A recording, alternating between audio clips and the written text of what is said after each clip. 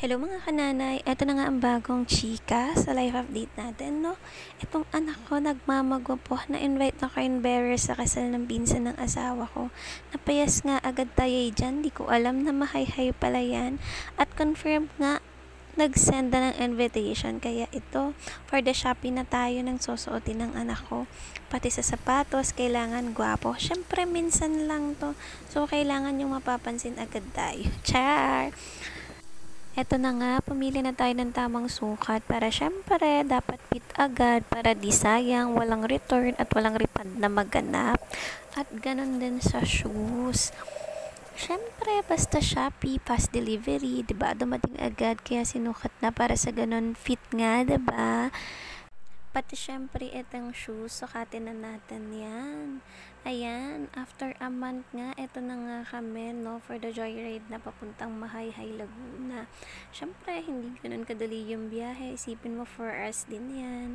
At ay salamat, safe kaming nakarating for the fun run muna dahil maaga pa naman. So eto, the next day ang kasalan, ang outfit, look, ang gwapo, diba? Syempre, anak ko yan. Ano pa bang na-expect niyo? Eto na nga, hindi ko alam kung ano yung gagawin niya dyan. Kung ano yung nasa isip niya. Basta ako for the video lang muna dito sa likod. Ayan na nga, siya na yung nag-walk. O diba, ang bilis lang. Hindi niya alam kung dediretso siya o hihinto. Pero buti na lang marunong siyang makinig, no? Okay, antay-antay lang muna tayo matapos ang kasalan at pagtapos neto, lipat na tayo sa reception. May talent pa pala dito, buti na lang may baon kaming step kahit papano. Effective naman sa audience, sobrang nag-enjoy naman sila. Siyempre pati na rin kami, no? At para di sayang ang pagpunta, labas natin ang talent natin, diba? At para hindi sayang ang biyahe, the next day, nag-side trip pa kami.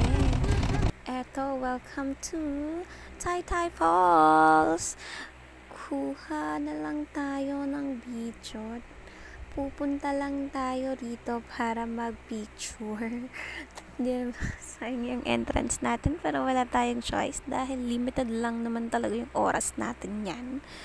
Napakalinaw ng tubig, ang sarap maligo. Pero, hindi talaga tayo makakaliko dyan. Dahil wala tayong baong damit. Char. Dahil, yan. Ops! Kin! Tingin ka dito! Kin! Tingin ka dito, Kin! Ganun ka!